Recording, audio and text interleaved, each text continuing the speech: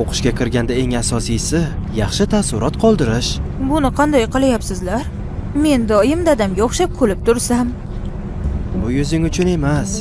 Barchasi seni muomalangda. Muomala? Agar senga tupurishsa-yu, sen ularga kulib tursang, keyingi safar nima deb o'ylashadi?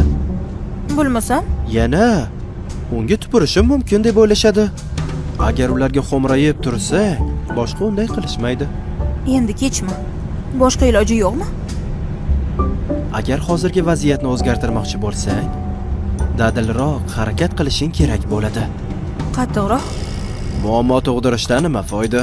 Shunchaki barini ustozga aytib berish kerak. Birovning ishiga burningni suqmasang-da, kimgadir qo'ng'iroq qilishga ulgurasanmi? Yo'q, albatta. Unda muammo battar ko'payadi. Qani ortimdan qaytar. Shunchaki tentak emas, aqldan ozgan tentak. Shunchaki tentak emas, aqldan ozgan tentakmi?